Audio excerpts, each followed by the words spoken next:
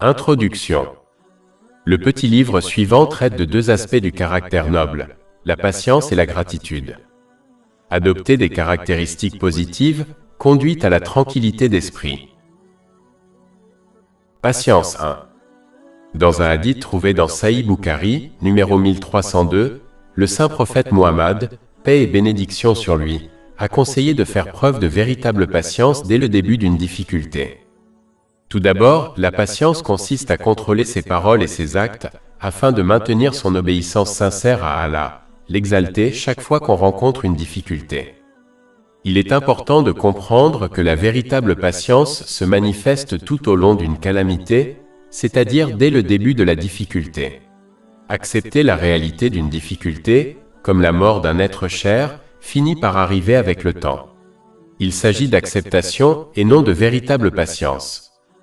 Les musulmans doivent donc s'assurer de faire face aux difficultés tout en étant patients, en croyant que tout ce qu'Allah, l'exalté, choisit est le meilleur pour tous ceux qui sont concernés, même s'ils ne parviennent pas à observer la sagesse derrière ces choix. Au lieu de cela, ils doivent réfléchir aux nombreuses fois où ils ont cru que quelque chose était bon, mais cela s'est avéré mauvais et vice-versa. Comprendre l'extrême myopie et la connaissance limitée des humains, et la connaissance et la sagesse infinie d'Allah, l'exalté, peut aider un musulman à faire preuve de patience dès le début d'une difficulté. Chapitre 2 Al-Baqarah, verset 216. Mais il se peut que vous haïssiez une chose et qu'elle soit un bien pour vous. Il se peut que vous aimiez une chose et qu'elle soit un mal pour vous. Et Allah sait, tandis que vous ne savez pas. De plus, comme Allah, l'exalté, n'impose pas à une âme plus que ce qu'elle peut supporter, cela ne laisse à personne une excuse pour ne pas faire preuve de patience et maintenir son obéissance sincère à Allah, l'exalté, par des paroles et des actes, dès le début d'une difficulté. Chapitre 2 Al-Baqarah, verset 286. Allah ne charge une âme que dans la mesure de ses capacités. De plus, il est important pour les musulmans de continuer à faire preuve de patience jusqu'à la fin de leur vie. En effet, une personne peut facilement perdre la récompense de la patience, même si elle a été patiente dès le début, en faisant preuve d'impatience plus tard. C'est un piège extrêmement mortel du diable. Il attend patiemment pendant des décennies juste pour ruiner la récompense d'un musulman. Le Saint-Coran indique clairement qu'un musulman sera récompensé pour ce qu'il apporte au jour du jugement, c'est-à-dire ce qu'il emporte avec lui lorsqu'il meurt. Mais il ne déclare pas qu'il sera récompensé simplement pour avoir fait une action, comme faire preuve de patience au début d'une difficulté. Chapitre 6 Al-An'am, verset 160. Quiconque vient au jour du jugement avec une bonne action. Patience 2. Dans un hadith du Sahih Muslim numéro 7500, le saint prophète Muhammad, que la paix et les bénédictions soient sur lui, a conseillé que toute situation est bénie pour le croyant. La seule condition est qu'il réponde à chaque situation rencontrée en obéissant à Allah, l'exalté, en particulier en faisant preuve de patience dans les difficultés et de gratitude dans les moments de facilité. Il y a deux aspects de la vie. Le premier concerne les situations dans lesquelles les gens se trouvent, qu'il s'agisse de moments de facilité ou de difficulté. Le contrôle de la situation à laquelle une personne est confrontée ne dépend pas d'elle. Allah, l'exalté, en a décidé ainsi et il n'y a aucun moyen d'y échapper. Par conséquent, il n'est pas logique de s'inquiéter des situations auxquelles on est confronté, car elles sont destinées et donc inévitables. L'autre aspect concerne la réaction d'une personne à chaque situation. Cela dépend de chaque personne et c'est sur cela qu'elle est jugée, par exemple, la patience ou l'impatience dans une situation difficile. Par conséquent, un musulman doit se concentrer sur son comportement et sa réaction dans chaque situation, au lieu de s'inquiéter d'être dans une situation, car cela est inévitable. Si un musulman désire réussir dans les deux mondes, il doit évaluer chaque situation et toujours agir dans l'obéissance à Allah, l'exalté. Par exemple, dans les moments de facilité, il doit utiliser les bénédictions qu'il possède comme le prescrit l'islam, ce qui est une véritable gratitude envers Allah, l'exalté. Chapitre 14 Ibrahim, verset 7. Et rappelez-vous quand votre Seigneur a proclamé « Si vous êtes reconnaissant, je vous augmenterai certainement sa faveur. » Et dans les moments difficiles, ils doivent faire preuve de patience, sachant qu'Allah, l'exalté, choisit ce qui est le meilleur pour ses serviteurs, même s'ils ne comprennent pas la sagesse derrière leur choix. Chapitre 2 Al-Baqarah, verset 216. Mais il se peut que vous haïssiez une chose et qu'elle soit un bien pour vous. Il se peut que vous aimiez une chose et qu'elle soit un mal pour vous. Et Allah sait, tandis que vous ne savez pas. Il est important de noter que le succès dans chaque situation, dans le hadith principal, est attribué aux croyants et non aux musulmans. En effet, le croyant possède une foi plus forte qui est enracinée dans la connaissance islamique. En conséquence de sa foi plus forte, il adhère plus strictement à l'obéissance sincère à Allah, l'exalté, ce qui implique la patience dans les difficultés et la gratitude dans les moments de facilité. En revanche, le musulman est quelqu'un qui a accepté l'islam, mais en raison d'une foi faible, qui est causée par l'ignorance de la connaissance islamique, il peut bien ne pas répondre à différentes situations avec l'obéissance sincère à Allah, l'exalté. Par conséquent, il est vital pour l'individu d'acquérir et d'agir en fonction de la connaissance islamique afin d'atteindre le rang de croyant et donc de maintenir son obéissance sincère à Allah, l'exalté, en toutes circonstances. Patience 3. Dans un hadith trouvé dans Sunan Ibn Majah, numéro 4168, le saint prophète Muhammad, que la paix et les bénédictions soient sur lui, a conseillé aux musulmans de ne pas remettre en question le destin car cela ouvre la porte au diable. Il encourage les musulmans à remettre en question le choix d'Allah, l'exalté, car ils n'observent pas les sagesses qui le sous-tendent en raison de leur myopie et de leur manque de compréhension. Cela conduit à l'impatience et à la perte de récompense. Il faut réfléchir à ses expériences passées où il a cru que quelque chose était bon, alors qu'en fait c'était mauvais et vice-versa, afin de s'inspirer à rester patient, car ses avantages lui seront montrés tôt ou tard. Chapitre 2 Al-Baqarah, verset 216. Mais il se peut que vous haïssiez une chose et qu'elle soit un bien pour vous. Il se peut que vous aimiez une chose et qu'elle soit un mal pour vous. Et Allah sait, tandis que vous ne savez pas. Patience 4. Dans un hadith retrouvé dans le Sahih de Bukhari, numéro 6470, le saint prophète Muhammad, que la paix et les bénédictions soient sur lui, a conseillé que quiconque s'efforce sincèrement d'être patient sera récompensé par Allah, l'exalté. Il a conclu qu'il n'y a pas de don plus grand que la patience. Le musulman doit s'imposer la patience, surtout dans les moments difficiles. La meilleure façon d'y parvenir est d'acquérir la connaissance islamique et d'agir en conséquence. Par exemple, celui qui sait qu'Allah, l'exalté, donnera une récompense incalculable aux musulmans patients est plus susceptible d'être patient que celui qui l'ignore. Chapitre 39 Az-Zumar, verset 10. En effet, le patient recevra sa récompense sans compte, c'est-à-dire sans limite. Il est important de noter que la véritable patience se manifeste dès le début d'une situation et non plus tard. Lorsque l'on fait preuve de patience plus tard, on parle d'acceptation, ce que même la personne la plus impatiente éprouve. Enfin, la patience est importante à adopter car elle est requise dans chaque élément de l'obéissance à Allah, l'exalté. Cela implique d'accomplir ses commandements, de s'abstenir de ses interdictions et d'affronter le destin. En termes simples, le succès dans les affaires mondaines ou religieuses n'est pas possible sans patience. C'est donc un don magnifique accordé par Allah, l'exalté, à ceux qui s'efforcent de l'adopter. Patience 5. Dans un hadith trouvé dans l'Adab al-Mufra de l'imam Bukhari, numéro 492, le saint prophète Muhammad, paix et bénédiction d'Allah sur lui, a conseillé qu'un musulman ne soit confronté à aucun type de difficulté physique, quelle que soit sa taille, comme une piqûre d'épine, ou à aucune difficulté émotionnelle comme le stress, sauf qu'Allah, l'exalté, efface ses péchés à cause de cela. Il s'agit de péchés mineurs, car les péchés majeurs nécessitent un repentir sincère. Ce résultat se produit lorsqu'un musulman reste patient du début de la difficulté jusqu'à la fin de sa vie. Il est important de comprendre cela, car de nombreuses personnes croient qu'elles peuvent se plaindre au début et ensuite faire preuve de patience. Ce n'est pas de la vraie patience, mais plutôt de l'acceptation, qui se produit naturellement avec le temps. Cela a été indiqué dans un hadith, trouvé dans Sunan an-Nasaï, numéro 1870. De plus, la patience doit être démontrée tout au long de la vie, car une personne peut détruire sa récompense en faisant preuve d'impatience par la suite. Le musulman doit se rappeler qu'il est préférable de voir ses péchés mineurs effacés par ses difficultés, plutôt que d'arriver au jour du jugement, tout en les possédant encore.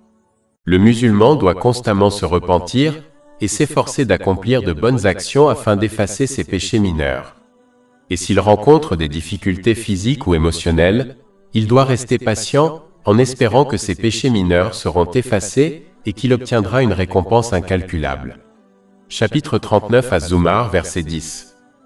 En effet, le patient recevra sa récompense sans compte, c'est-à-dire sans limite. Celui qui fait face à chaque difficulté avec patience, en évitant de se plaindre ou de désobéir à Allah, le Très-Haut, par ses paroles ou ses actes, et en ajoutant à son comportement un repentir sincère, verra ses péchés mineurs et majeurs effacés.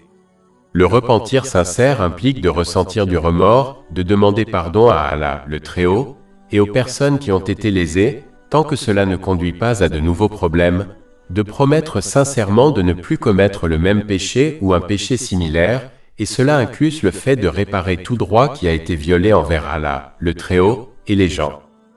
Celui qui fait face aux difficultés de cette manière et affronte les moments de facilité avec gratitude, ce qui implique d'utiliser les bénédictions qui lui ont été accordées d'une manière qui plaise à Allah, l'exalté, trouvera la paix et le succès dans chaque situation à laquelle il est confronté dans les deux mondes. Chapitre 16 An-Nahl, verset 97. Quiconque, homme ou femme, fait une bonne œuvre tout en étant croyant, nous lui ferons vivre une bonne vie, et nous lui donnerons certes une récompense correspondant au meilleur de ses œuvres. Patience 6. Un hadith trouvé dans Sunan Abu Daoud, numéro 3127, avertit que le saint prophète Muhammad, paix et bénédiction d'Allah sur lui, a interdit aux gens de se lamenter. Malheureusement, certains pensent qu'il n'est pas permis de pleurer dans les moments difficiles, comme la perte d'un être cher. Cela est faux, car le saint prophète Muhammad, sur lui la paix et le salut, a pleuré à de nombreuses reprises lors du décès d'un proche. Par exemple, il a pleuré lorsque son fils Ibrahim, qu'Allah l'agrée, est décédé. Cela est confirmé par un hadith trouvé dans le Sunan Abu Daoud, numéro 3126. En fait, pleurer à la mort d'une personne est un signe de miséricorde qu'Allah, l'exalté, a placé dans le cœur de ses serviteurs. Et seuls ceux qui font preuve de miséricorde envers les autres bénéficieront de la miséricorde d'Allah, l'exalté. Cela a été conseillé dans un hadith trouvé dans Sahih Bukhari, numéro 1284. Ce même hadith mentionne clairement que le saint prophète Muhammad, paix et bénédiction d'Allah sur lui, a pleuré sur son petit-fils décédé. Un hadith trouvé dans le Sahih Muslim, numéro 2137, conseille qu'une personne ne sera pas punie pour avoir pleuré la mort d'un être cher ou pour le chagrin qu'elle ressent dans son cœur. Mais elle risque d'être punie si elle prononce des paroles qui montrent son impatience envers le choix d'Allah, l'exalté. Il est clair que le fait de ressentir de la tristesse dans son cœur ou de verser des larmes n'est pas interdit en islam. Les choses qui sont interdites sont les gémissements, l'expression de l'impatience par des paroles ou des actes, comme déchirer ses vêtements ou se raser la tête en signe de tristesse. Il existe de sévères avertissements contre ceux qui agissent de cette manière. Par conséquent, il faut éviter ces actes à tout prix. Non seulement une personne peut être punie pour avoir agi de cette manière, mais si le défunt a désiré et ordonné à d'autres d'agir de la même manière après son décès, il en sera également tenu responsable. Mais si le défunt n'a pas désiré cela, il n'a aucune responsabilité à assumer. Cela est confirmé par un hadith trouvé dans Jami at-Tirmidhi, numéro 1006. Il est de bon sens de comprendre qu'Allah, l'exalté, ne punit pas quelqu'un à cause des actes d'un autre, lorsque celui-ci ne lui a pas conseillé d'agir de la sorte. Chapitre 35 Fatir, verset 18. Et aucun porteur de fardeau ne portera le fardeau d'un autre. Patience 7. J'ai eu une pensée que je voulais partager. Je réfléchissais à une sagesse spécifique qui explique pourquoi les gens font face à des difficultés et à la perte de bénédictions, comme la santé. Souvent, lorsque les musulmans reçoivent des bénédictions en particulier, au-delà de leurs besoins, cela les distrait de l'au-delà et concentre plutôt leur esprit sur ce monde matériel. Ainsi, à cet égard, la sagesse derrière une difficulté est de recentrer l'attention d'un musulman sur ce qui est vraiment important, à savoir se préparer pour l'au-delà. C'est comme une personne qui est tellement préoccupée par son téléphone qu'elle traverse une route sans voir un véhicule venant en sens inverse. Une autre personne l'éloigne violemment de la voiture qui arrive, ce qui lui cause de la détresse, mais lui sauve la vie. Même si le fait d'être tiré violemment provoque de la détresse et même de la douleur, cela n'est fait que pour recentrer son attention sur le danger qui menace sa vie, à savoir la voiture qui arrive. De même, un musulman fait face à des difficultés émotionnelles et physiques afin de recentrer son attention sur des choses plus importantes comme l'au-delà. Si un musulman était laissé à affronter uniquement des moments de facilité sans difficulté, il ne fait aucun doute qu'il se perdrait dans le plaisir de ce monde matériel. Cette négligence à long terme leur serait désastreuse. Ils font donc face à une petite difficulté afin de se protéger de difficultés plus grandes, à savoir les difficultés de l'au-delà. Par conséquent, les musulmans doivent se rappeler cette vérité chaque fois qu'ils font face à une difficulté, afin de la laisser se concentrer sur des choses plus importantes et d'agir correctement face à cette bénédiction, au lieu de faire preuve d'impatience et d'insouciance à l'égard de ce bien vital. C'est en fait l'une des plus grandes faveurs d'Allah, l'Exalté. Patience 8. J'ai eu une pensée que je voulais partager avec vous. Je réfléchissais aux grandes épreuves et difficultés auxquelles les pieux prédécesseurs ont dû faire face au cours de leur vie, et à la façon dont ils les ont surmontées grâce à la patience et à l'obéissance sincère à Allah, le Très-Haut. L'une des façons d'y parvenir est de toujours comparer ces difficultés à des difficultés plus difficiles et plus graves. En faisant cela, on aura l'impression que son problème est petit et moins important. Ce changement de perspective peut aider un musulman à être patient et à rester obéissant à Allah, le Très-Haut. Cela peut être expliqué par un exemple profane. Une personne souffrant d'une migraine sévère peut être affectée de telle manière qu'il lui semble que le monde s'effondre autour d'elle. Mais si cette même personne se trouvait sur un bateau qui est sur le point de heurter un iceberg et de couler au milieu d'un océan gelé, sa migraine sévère ne lui semblerait pas être un gros problème. En fait, elle ne serait probablement même pas affectée du tout, car toute son attention se porterait sur le danger imminent qui menace sa vie, à savoir le naufrage du bateau. C'est ainsi que le musulman doit se comporter face aux difficultés. Lorsqu'ils rencontrent une difficulté, ils doivent se rendre compte qu'elle aurait pu être bien pire et essayer de détourner leur attention vers des difficultés plus grandes qu'ils auraient pu rencontrer. Cela peut se faire en observant d'autres personnes qui sont dans des situations plus difficiles qu'eux.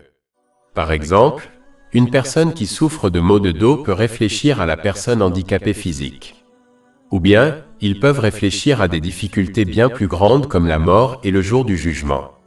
Cette comparaison réduira l'importance de leurs difficultés et de ses effets, ce qui les aidera à rester patients et déterminés dans l'obéissance à Allah, l'Exalté, qui implique d'accomplir ses commandements, de s'abstenir de ses interdictions et d'affronter le destin avec patience. Patience 9. J'ai eu une pensée que je voulais partager. Les parents privent souvent leurs enfants de certaines choses ou les empêchent d'obtenir certaines choses, comme de la nourriture malsaine, afin de les protéger. Ce comportement provoque souvent la tristesse ou la colère de l'enfant, car il n'est absolument pas conscient de la sagesse qui se cache derrière les actions de son parent. Ce comportement parental est quelque chose qui est largement accepté dans la société et est considéré à juste titre comme une caractéristique d'un parent bon et responsable. De même, dans la vie, les gens perdent souvent ou sont empêchés d'obtenir certaines choses de ce monde par Allah l'Exalté. Un musulman doit comprendre que de la même manière que les parents tiennent les choses nuisibles loin de leurs enfants, même si ces derniers ne comprennent pas la raison de leur choix, de la même manière, Allah l'Exalté agit de la même manière selon sa sagesse et son savoir infini afin de protéger ses serviteurs même si les gens ne comprennent pas la sagesse qui se cache derrière ses choix. Par conséquent, chaque fois qu'un musulman se trouve dans cette situation, il doit réfléchir à cet exemple simple, que personne ne rejetterait quelle que soit sa foi, afin qu'il soit inspiré à rester patient et à montrer sa gratitude pour la protection divine qu'Allah, l'Exalté, lui a accordée. Ils ne doivent pas se comporter comme des enfants immatures en se mettant en colère et en s'impatientant, car les adultes sont censés se comporter mieux que les enfants. En fait, les enfants sont dispensés de se comporter de cette manière car ils manquent de connaissances et d'expérience, alors que les adultes ne devraient pas en manquer, et seront donc tenus responsables de leur comportement dans les deux mondes. Patience 10. J'ai eu une pensée que je voulais partager. Chaque jour, des gens perdent des êtres chers. C'est une conséquence inévitable.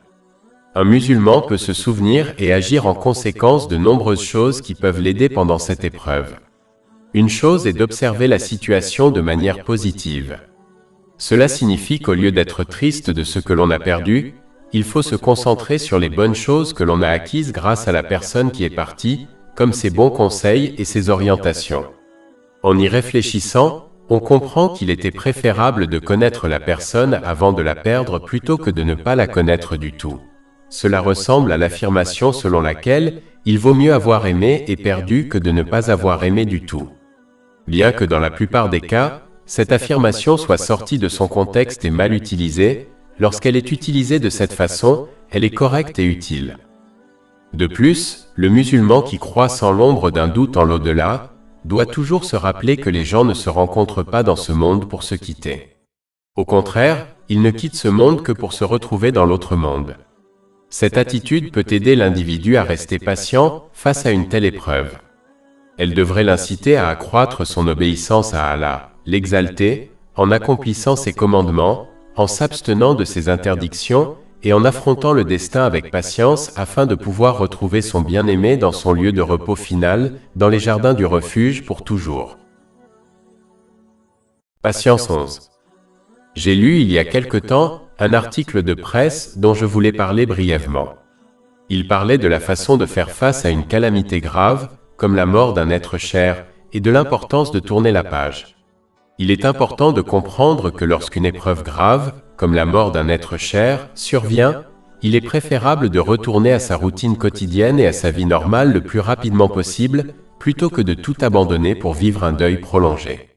Bien que l'islam n'interdise pas le deuil de ceux qui sont déjà décédés, le saint prophète Mohammed, paix et bénédiction d'Allah sur lui, a conseillé dans un hadith retrouvé dans Sahih al-Bukhari, numéro 5339, que les gens ne devraient pas vivre le deuil plus de 3 jours, à l'exception d'une femme pour son mari décédé, qui est prolongé de 4 mois et 10 jours. L'une des sagesses derrière cela est que lorsqu'on laisse tout tomber pour vivre le deuil, cela ne donne que le temps de réfléchir excessivement à la difficulté. Cela peut amener une personne à devenir impatiente et à remettre en question le choix d'Allah, l'exalter, car elle a passé beaucoup de temps à ressasser la calamité dans son esprit. En fait, un hadith trouvé dans Sunan Ibn Majah, numéro 79, avertit que ressasser la calamité dans son esprit et penser qu'elle aurait pu être évitée, n'ouvre que la porte au diable, ce qui conduit à l'impatience. Alors que, aller de l'avant et retourner à sa vie normale, après les 3 jours recommandés, permet de faire le deuil, mais sans tomber trop profondément dans la difficulté. Une routine normale distrait une personne de sa calamité, et l'aide à se recentrer sur la situation dans son ensemble, ce qui l'empêche de devenir impatiente. Les musulmans devraient donc s'occuper à accomplir des actions pieuses qui attirent la miséricorde d'Allah, l'exalter, ou ils devraient s'occuper d'activités mondaines licites comme leur travail. Et ils devraient éviter de tout laisser tomber pour faire le deuil pendant des jours, car cela les conduit souvent à un endroit sombre dont il devient difficile de sortir. Patience 12. J'ai lu il y a quelque temps un article de presse dont je voulais parler brièvement. Il parlait du rôle important des médecins et de leur impact sur leurs patients. Il est important que les musulmans comprennent une chose simple qui peut les aider à affronter patiemment le destin et les difficultés qu'il entraîne.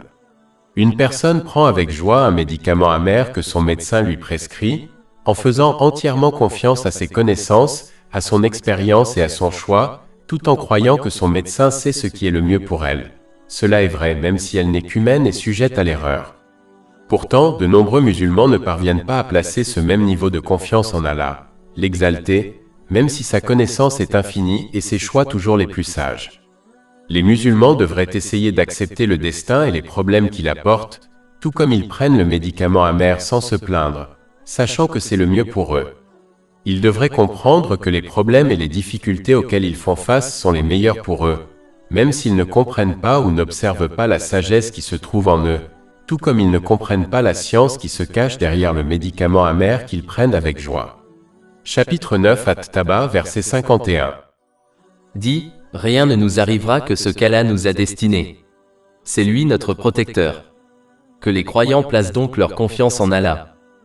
Même si, dans la plupart des cas, ils ne comprendront jamais la science qui se cache derrière le remède amer qu'ils prennent, un temps viendra certainement, que ce soit dans ce monde ou dans l'au-delà, où la sagesse qui se cache derrière les difficultés amères auxquelles ils ont fait face leur sera révélée.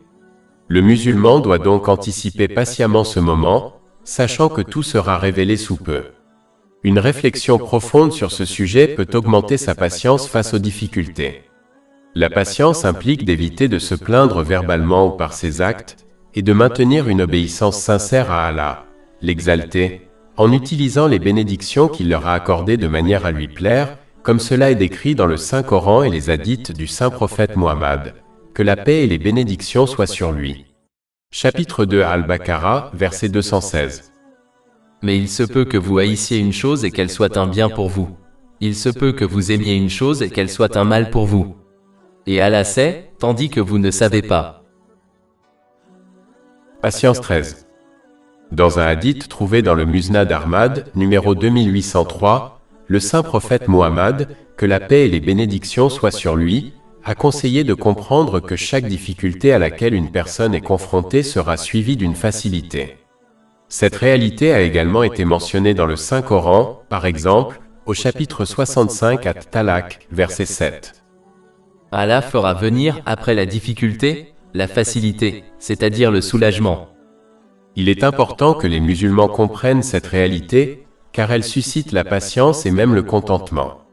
L'incertitude face au changement de circonstances peut conduire à l'impatience, à l'ingratitude et même à des choses illicites, comme des provisions illicites.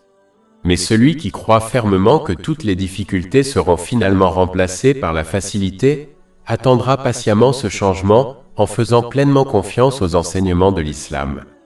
Cette patience est très appréciée par Allah, l'Exalté, et largement récompensée. Chapitre 3 Ali Imran, verset 146. Et Allah aime les persévérants. C'est la raison pour laquelle Allah, l'Exalté, a mentionné de nombreux exemples dans le Saint-Coran où des situations difficiles ont été suivies d'aisance et de bénédiction. Par exemple, le verset suivant du Saint-Coran mentionne la grande difficulté à laquelle le saint prophète Nouh, sur lui la paix et le salut, a été confronté de la part de son peuple et comment Allah, l'Exalté, l'a sauvé du grand déluge.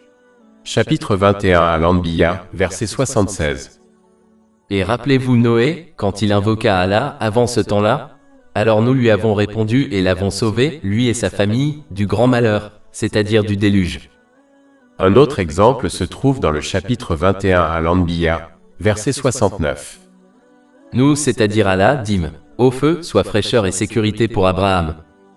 Le saint prophète Ibrahim, que la paix et la bénédiction d'Allah soient sur lui, a fait face à une grande difficulté sous la forme d'un grand feu, mais Allah, l'Exalté, l'a rendu frais et paisible pour lui.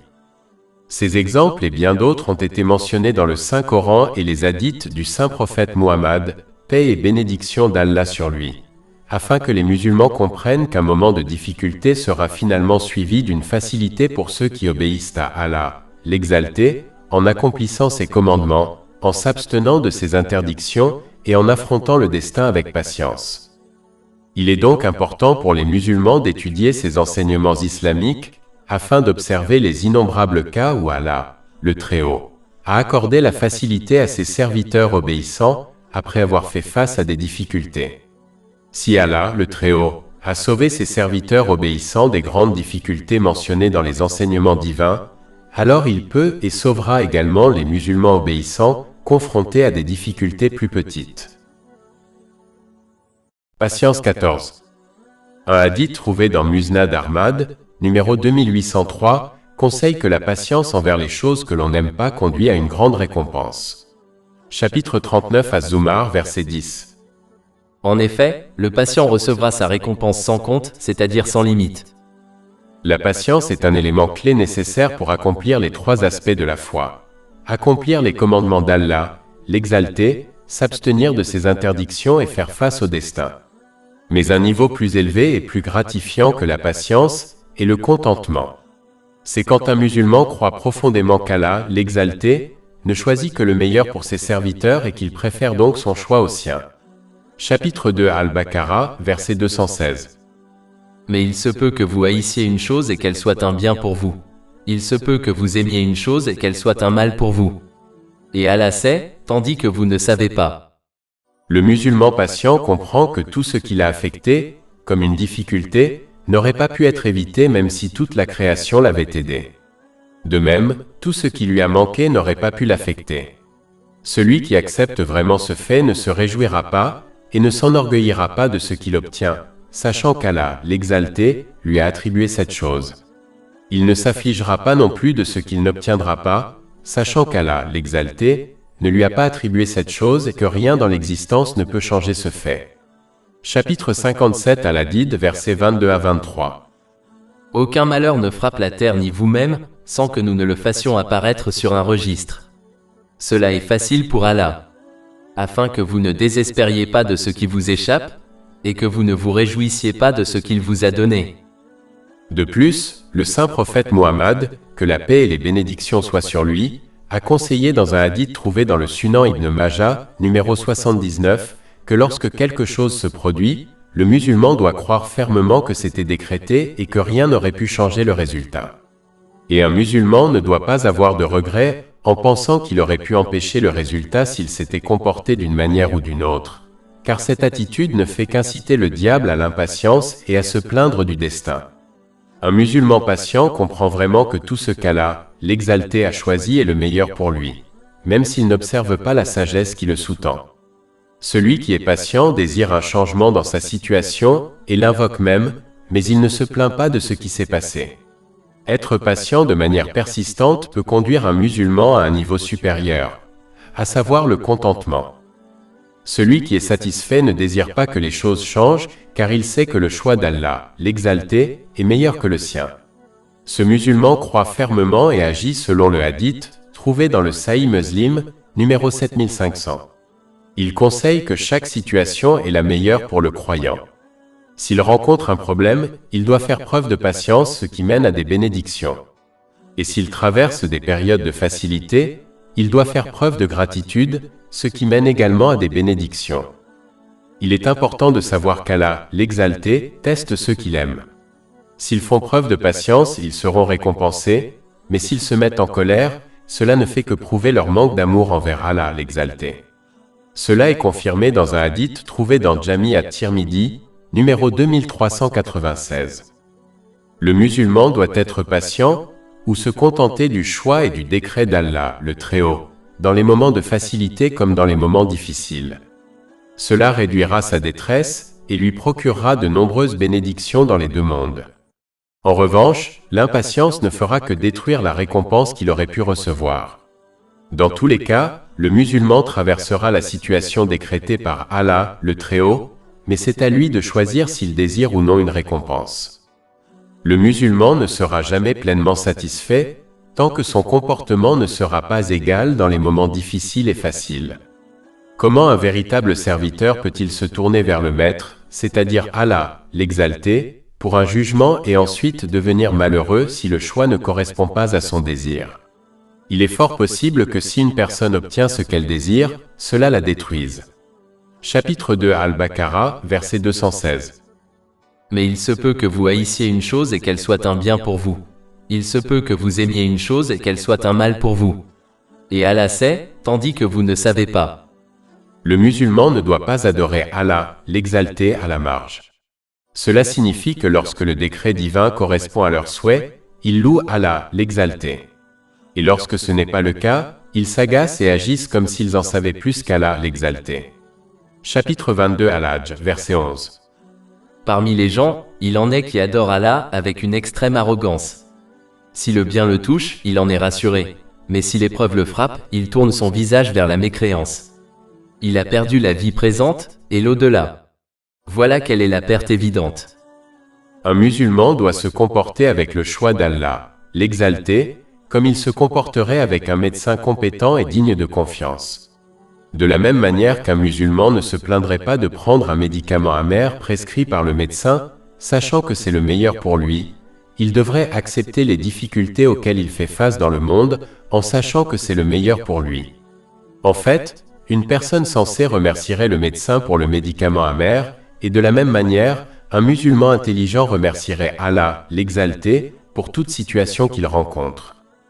De plus, le musulman doit relire les nombreux versets du Saint-Coran et les hadiths du Saint-Prophète Muhammad, que la paix et les bénédictions soient sur lui, qui parlent de la récompense accordée aux musulmans patients et satisfaits. Une réflexion approfondie sur ce sujet incitera le musulman à rester ferme face aux difficultés. Par exemple, chapitre 39 Az-Zumar, verset 10. En effet, le patient recevra sa récompense sans compte, c'est-à-dire sans limite. Un autre exemple est mentionné dans un hadith trouvé dans Jami at-Tirmidhi, numéro 2402. Il informe que lorsque ceux qui ont patiemment affronté les épreuves et les difficultés dans le monde recevront leur récompense au jour du jugement, ceux qui n'ont pas fait face à de telles épreuves souhaiteront avoir patiemment affronté des difficultés telles que leur peau coupée avec des ciseaux. Pour gagner en patience et même en satisfaction avec ce qu'Allah, l'exalté, choisit pour une personne, celle-ci doit rechercher et agir en fonction de la connaissance contenue dans le Saint-Coran et les hadiths du Saint-Prophète Muhammad, sur lui la paix et le salut, afin d'atteindre le haut niveau d'excellence de la foi. Cela a été discuté dans un hadith trouvé dans Sahih Muslim, numéro 99. L'excellence dans la foi, c'est quand un musulman accomplit des actes comme la prière, comme s'il pouvait être témoin d'Allah, l'exalté. Celui qui atteint ce niveau ne ressentira pas la douleur des difficultés et des épreuves, car il sera complètement immergé dans la conscience et l'amour d'Allah, l'exalté. C'est similaire à l'état des femmes qui n'ont pas ressenti de douleur en se coupant les mains lorsqu'elles ont observé la beauté du saint prophète Joseph, sur lui la paix et le salut. Chapitre 12 Joseph, verset 31. Et leur donna à chacun un couteau et dit à Joseph, « Sors devant eux. » Et quand ils le virent, ils le prirent pour un grand admirateur et se coupèrent les mains en disant, « Parfait est Allah. Ce n'est pas un homme, ce n'est qu'un noble ange. » Si un musulman ne peut atteindre ce niveau élevé de foi, il devrait au moins essayer d'atteindre le niveau inférieur mentionné dans le hadith cité plus haut. C'est le niveau où l'on est constamment conscient d'être observé par Allah, l'exalté. De la même manière qu'une personne ne se plaindrait pas devant une figure d'autorité qu'elle craint, comme un employeur, un musulman qui est constamment conscient de la présence d'Allah, l'exalté, ne se plaindra pas des choix qu'il fait. Patience 15. J'ai eu une pensée que je voulais partager avec vous. Quand on observe la souffrance des gens à travers le monde, en particulier des musulmans qui croient en Allah, l'exalté, on peut s'interroger sur le manque d'aide divine en se basant sur les apparences extérieures. Mais il est important pour un musulman de clarifier certaines réalités concernant Allah, l'exalté dans son esprit, car cela aide à lui obéir sincèrement, ce qui implique d'utiliser les bénédictions qui nous ont été accordées de manière à lui plaire, comme le souligne le Saint-Coran et les hadiths du Saint-Prophète Muhammad, paix et bénédiction d'Allah sur lui.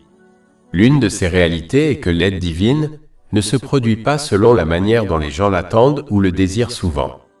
La perception et la pensée d'une personne sont extrêmement limitées, alors que la perception divine et la connaissance d'Allah, l'exalté, sont infinies. C'est pourquoi il décrète des choses, comme son aide aux opprimés, selon son plan et sa méthode, qui prennent en considération des choses qui sont au-delà de la perception et de la compréhension humaine, pour s'assurer que le meilleur se produise pour les personnes concernées. Chapitre 2 Al-Baqarah, verset 216. Mais il se peut que vous haïssiez une chose et qu'elle soit un bien pour vous. Il se peut que vous aimiez une chose et qu'elle soit un mal pour vous. Et Allah sait, tandis que vous ne savez pas. C'est comme lorsqu'un médecin prescrit un médicament amer qui, à première vue, ne semble pas aider le patient malade, mais qui, à long terme, lui est bénéfique, car c'est en lui que réside sa guérison. Il existe de nombreux exemples de l'aide divine d'Allah, l'exalté, qui à court terme semblait absente, mais à long terme, et en considérant la situation dans son ensemble, s'est avérée plus bénéfique que quiconque aurait pu l'imaginer. Par exemple, le saint prophète Joseph, que la paix soit sur lui, a été jeté dans un puits désolé et abandonné par ses frères, alors qu'il n'était qu'un enfant. Il a ensuite été vendu comme esclave, puis injustement emprisonné. Toute personne observant ce qui lui est arrivé aurait cru que l'aide d'Allah, l'exalté, lui était complètement absente. Pourtant, à long terme, ces événements ont fait en sorte que le saint prophète Joseph, que la paix soit sur lui, devienne ministre des Finances de l'Égypte, ce qui lui a permis d'éviter la mort de millions de personnes lors d'une grande famine qui a eu lieu à son époque. Ainsi, en réalité, l'aide d'Allah, l'exalté, n'a jamais été absente de lui ni de la population en général. Au contraire, l'aide divine s'est produite d'une manière qui dépassait la compréhension humaine et a abouti aux meilleurs résultats pour toutes les personnes concernées. Par conséquent, l'aide d'Allah, l'exalté, ne vient pas souvent d'une manière évidente ni selon les désirs et les attentes des gens, car cela n'entraînerait pas le meilleur résultat pour les personnes concernées. En conclusion, il est important d'acquérir et d'appliquer les connaissances islamiques afin de pouvoir apprendre et comprendre certaines réalités concernant Allah, l'exalté. Cela renforcera à son tour la croyance et l'obéissance sincère à Allah, l'exalté, qui implique l'accomplissement de ses commandements, l'abstention de ses interdictions et l'acceptation du destin avec patience selon les traditions du saint prophète Muhammad, paix et bénédiction d'Allah sur lui. Chapitre 2 Al-Baqarah, verset 214. Assurément, le secours d'Allah est proche. Patience 16. J'ai eu une pensée que je voulais partager avec vous. La 3e année après l'émigration du saint prophète Muhammad, sur lui la paix et le salut, à Médine, les chefs non musulmans de la Mecque décidèrent de se venger de la défaite de la bataille de Badr survenue l'année précédente. Cela conduisit à la bataille d'Ouhud. Lorsque la bataille commença, les compagnons, qu'Allah les agrée, vainquirent rapidement l'armée non musulmane, ce qui les poussa à battre en retraite. Mais certains archers que le saint prophète Muhammad, sur lui la paix et le salut, avait ordonné de rester sur une petite montagne, Jabal al-Rouma, qui se trouve en face du mont Ouhud, quelle que soit l'issue de la bataille, croyaient que la bataille était terminée et que l'ordre n'était plus valable. Lorsqu'ils descendirent de Jabal al-Rouma, ils découvrirent l'arrière de l'armée musulmane. L'armée non musulmane se rassembla alors et attaqua les musulmans des deux côtés. Cela a conduit au martyre de nombreux compagnons, qu'Allah soit satisfait d'eux, et leurs corps ont été mutilés par les non-musulmans. Ce sujet a été évoqué dans la vie du prophète, volume 3, pages 29 à 30, de l'imam Ibn Kathir. Il est clair que la principale raison pour laquelle les musulmans ont subi tant de pertes était le mauvais jugement des archers. Ils ont involontairement désobéi au saint prophète Muhammad, que la paix et les bénédictions soient sur lui, car ils pensaient que la guerre était terminée et que son ordre ne s'appliquait plus. Cela indique que tant qu'un musulman obéit sincèrement au saint prophète Muhammad, que la paix et les bénédictions soient sur lui, il obtiendra le succès, mais s'il lui désobéit, ce soutien lui sera retiré. Chapitre 4 en Nisa, verset 80. Quiconque obéit au messager a véritablement obéi à Allah. Et chapitre 3 Ali Imran, verset 31. Dit, si vous aimez Allah, suivez-moi. Allah vous aimera, et vous pardonnera vos péchés. Allah est pardonneur et miséricordieux. Et chapitre 24 en Nour, verset 63. Ne faites pas de l'appel du messager entre vous, un appel que vous faites l'un à l'autre. Allah connaît ceux d'entre vous qui s'écartent de son ordre. Que ceux qui ne respectent pas son ordre prennent garde, de peur qu'un malheur ne les frappe ou qu'un châtiment douloureux ne les frappe. En outre, il est de coutume pour les saints prophètes, sur eux la paix et le salut, de prendre parfois le dessus sur leurs ennemis et parfois, leurs ennemis prennent le dessus, même si la victoire finale est toujours en faveur des saints prophètes, sur eux la paix et le salut. La raison de cette alternance de circonstances est de séparer les vrais croyants des hypocrites et des opportunistes, qui rejoignent toujours le groupe des gagnants afin de récolter des avantages matériels. Si les saints prophètes, sur eux la paix et le salut, gagnaient toujours, alors les hypocrites et les opportunistes deviendraient inextinguibles des croyants sincères. Si les saints prophètes, sur eux la paix et le salut, perdaient toujours, alors cela entraverait leur mission. Chapitre 3 Ali Imran, verset 140. Si une blessure vous touche, une blessure semblable a déjà touché le peuple. Et en ces jours de conditions diverses, nous alternons parmi les gens afin qu'Allah révèle ceux qui croient et qu'ils prennent parmi vous des martyrs. Une autre raison de cette alternance de victoire et de défaite est d'enseigner aux croyants comment adopter à la fois la patience et la gratitude. S'ils perdent tout le temps, ils peuvent bien devenir patients, mais ils auront du mal à être reconnaissants. S'ils gagnent tout le temps, ils peuvent bien adopter la gratitude, mais auront du mal à adopter une véritable patience. L'alternance des situations leur permet d'adopter à la fois la patience et la gratitude, deux moitiés qui sont essentielles pour obtenir le succès dans les deux mondes. Gratitude 1. Dans un hadith du Sahih Muslim numéro 7500, le saint prophète Muhammad, que la paix et les bénédictions soient sur lui, a conseillé que toute situation est bénie pour le croyant. La seule condition est qu'il réponde à chaque situation rencontrée en obéissant à Allah, l'exalté, en particulier en faisant preuve de patience dans les difficultés et de gratitude dans les moments de facilité. Il y a deux aspects de la vie. Le premier concerne les situations dans lesquelles les gens se trouvent, qu'il s'agisse de moments de facilité ou de difficulté. Le contrôle de la situation à laquelle une personne est confrontée ne dépend pas d'elle. Allah, l'exalté, en a décidé ainsi et il n'y a aucun moyen d'y échapper. Par conséquent, il n'est pas logique de s'inquiéter des situations auxquelles on est confronté, car elles sont destinées et donc inévitables. L'autre aspect concerne la réaction d'une personne à chaque situation.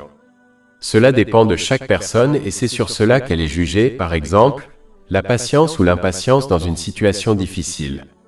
Par conséquent, un musulman doit se concentrer sur son comportement et sa réaction dans chaque situation, au lieu de s'inquiéter d'être dans une situation, car cela est inévitable.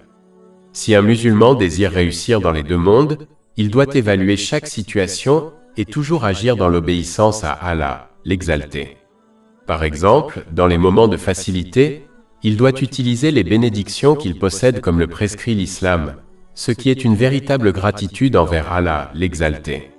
Chapitre 14 Ibrahim, verset 7. Et rappelez-vous quand votre Seigneur a proclamé « Si vous êtes reconnaissant, je vous augmenterai certainement sa faveur ». Et dans les moments difficiles, ils doivent faire preuve de patience, sachant qu'Allah, l'exalté, choisit ce qui est le meilleur pour ses serviteurs, même s'ils ne comprennent pas la sagesse derrière leur choix. Chapitre 2 Al-Baqarah, verset 216. Mais il se peut que vous haïssiez une chose et qu'elle soit un bien pour vous. Il se peut que vous aimiez une chose et qu'elle soit un mal pour vous. Et Allah sait, tandis que vous ne savez pas.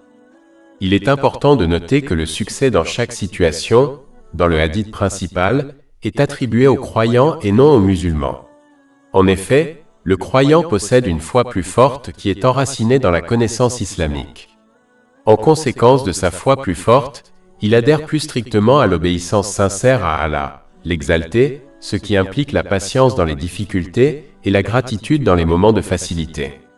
En revanche, le musulman est quelqu'un qui a accepté l'islam, mais en raison d'une foi faible, qui est causée par l'ignorance de la connaissance islamique, il peut bien ne pas répondre à différentes situations avec l'obéissance sincère à Allah, l'exalté. Par conséquent, il est vital pour l'individu d'acquérir et d'agir en fonction de la connaissance islamique afin d'atteindre le rang de croyant et donc de maintenir son obéissance sincère à Allah, l'exalté, en toutes circonstances.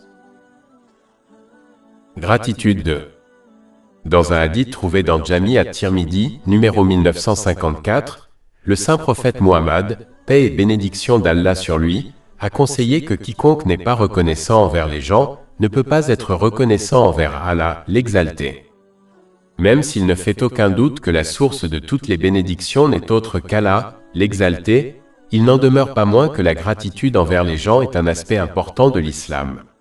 En effet, Allah, l'exalté, utilise parfois une personne pour aider les autres comme ses parents.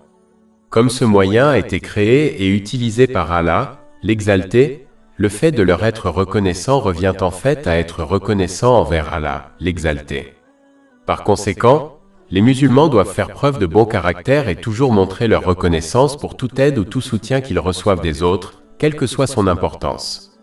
Ils doivent montrer leur gratitude envers Allah, l'exalté, en utilisant la bénédiction selon ses ordres, car il est la source de la bénédiction, et ils doivent montrer leur gratitude envers la personne qui les a aidés, car ils sont le moyen qui a été créé et choisi par Allah, l'exalté. Un musulman doit montrer sa gratitude verbalement aux gens, et concrètement en rémunérant leur acte de bonté, selon leurs moyens, même s'il ne s'agit que d'une invocation en leur faveur. Ceci a été conseillé dans un hadith trouvé dans l'Adab al-Mufra de l'imam Bukhari, numéro 216. Celui qui ne montre pas de gratitude envers la manifestation extérieure de l'aide d'Allah, l'exalté, c'est-à-dire une personne, sera moins susceptible de la montrer directement à Allah, l'exalté. Celui qui ne montre pas de gratitude envers les autres, ne peut pas montrer de véritable gratitude envers Allah, l'exalté, et par conséquent, il ne recevra pas davantage de bénédictions. Chapitre 14 Ibrahim verset 7. Et rappelez-vous quand votre Seigneur a proclamé « Si vous êtes reconnaissant, je vous augmenterai certainement sa faveur ». Si un musulman désire davantage de bénédictions, il doit accomplir les deux aspects de la gratitude, à savoir envers Allah, l'exalté, et envers les gens. Gratitude 3. Dans un hadith trouvé dans Sunan Ibn Majah, numéro 4142, le saint prophète Muhammad, paix et bénédiction d'Allah sur lui, a conseillé aux musulmans d'observer ceux qui possèdent moins de choses matérielles qu'eux plutôt que ceux qui en possèdent plus, car cela les empêchera de devenir ingrats envers Allah, l'exalté. Malheureusement, certains observent mal la vie des autres qui leur semble meilleure que la leur. Par exemple, les gens normaux observent souvent les célébrités et croient à tort que leur vie est meilleure. Dans la plupart des cas, ce concept est faux, car les personnes qui semblent être dans une meilleure situation peuvent très bien être confrontées à des difficultés qui dissuaderaient les autres de prendre leur place. Un étranger n'observera les choses que d'un point de vue superficiel. Mais s'il pouvait voir l'histoire dans son ensemble, il se rendrait compte que tout le monde a des problèmes et que personne n'a une vie parfaite, quels que soient ses biens ou sa célébrité. Souvent, cette idée fausse est provoquée par les médias. Mais les gens oublient que le but des médias est de peindre une certaine image de la vie des célébrités qui semble attrayante à lire. Dans la plupart des cas, s'ils se contentaient de rapporter des faits sans les édulcorer, la majorité de leurs clients s'en détourneraient. Les musulmans doivent éviter cette fausse croyance, car c'est un outil du diable qu'il utilise pour inciter les gens à devenir ingrats envers ce qu'ils possèdent. L'état d'esprit correct, qui est conseillé dans ce hadith, empêchera l'individu de devenir ingrat envers Allah, l'exalté. Chaque fois qu'un musulman se sent ingrat, il doit tourner son attention vers les innombrables personnes qui vivent dans une extrême pauvreté et qui font face à des difficultés bien plus grandes qu'eux. Cela l'encouragera à être reconnaissant envers Allah, l'exalté, pour ce qu'il leur a accordé. Cette gratitude se manifeste pratiquement en utilisant les bénédictions qui lui ont été accordées d'une manière qui plaise à Allah, l'exalté. Cela conduira à une augmentation des bénédictions. Chapitre 14 Ibrahim verset 7. Et rappelez-vous quand votre Seigneur a proclamé « Si vous êtes reconnaissant, je vous augmenterai certainement sa faveur ». L'herbe n'est pas plus verte ailleurs, elle est même bien plus verte chez soi. Chapitre 2 Al-Baqarah, verset 216. Mais il se peut que vous haïssiez une chose et qu'elle soit un bien pour vous. Il se peut que vous aimiez une chose et qu'elle soit un mal pour vous. Et Allah sait, tandis que vous ne savez pas. Mais en ce qui concerne la religion, il faut toujours observer ceux qui sont plus dévoués à l'islam qu'eux. Cette attitude empêchera l'individu de devenir paresseux lorsqu'il observera ceux qui sont moins dévoués à l'islam qu'eux. Observer ceux qui sont moins dévoués à l'islam peut même l'encourager à justifier et à minimiser ses péchés, ce qui est une voie dangereuse à suivre. Observer ceux qui sont plus dévoués à l'islam l'encouragera également à faire plus d'efforts dans leur dévouement à l'islam afin de réaliser son potentiel. La racine de cela est l'acquisition et l'application du savoir islamique. Gratitude 4. J'ai lu il y a quelque temps un article de presse dont je voulais parler brièvement. Il parlait du coronavirus et des restrictions physiques qui y sont associées, comme le fait de ne pas quitter son domicile inutilement. Il est important que les musulmans prennent conscience des innombrables bienfaits qui leur ont été accordés par Allah, le Très-Haut, car cela les inspirera une véritable gratitude qui consiste à utiliser chaque bienfait qu'ils possèdent correctement, conformément aux enseignements de l'islam.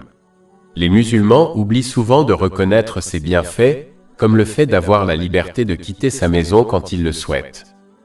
De plus, cette véritable gratitude est extrêmement importante car le Saint-Coran prévient que ceux qui ont changé de manière négative, comme par exemple en ne montrant pas une véritable gratitude envers Allah, l'exalté, ont été mis à l'épreuve par la suppression de ses bénédictions.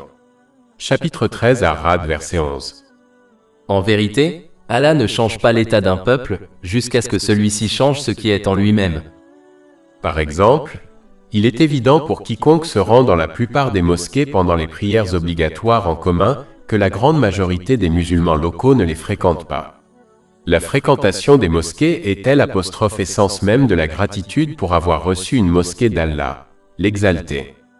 Mais comme de nombreux musulmans n'ont pas montré cette véritable gratitude, Allah, l'Exalté, a changé la situation en les fermant à cause de cette épidémie de virus. Les musulmans doivent donc régulièrement évaluer les bénédictions qu'ils possèdent afin de montrer une véritable gratitude envers Allah, l'Exalté, en les utilisant selon son agrément et ses commandements. Cela fera changer les choses de manière positive et augmentera les bénédictions qui leur sont accordées.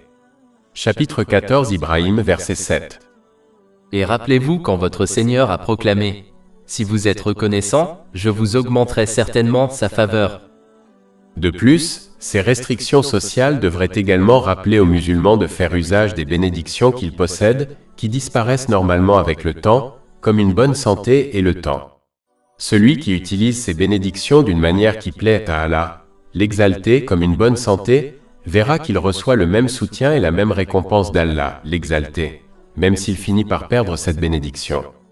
Cela a été conseillé dans un hadith trouvé dans l'Adab al-Mufra de l'imam Bukhari, numéro 500.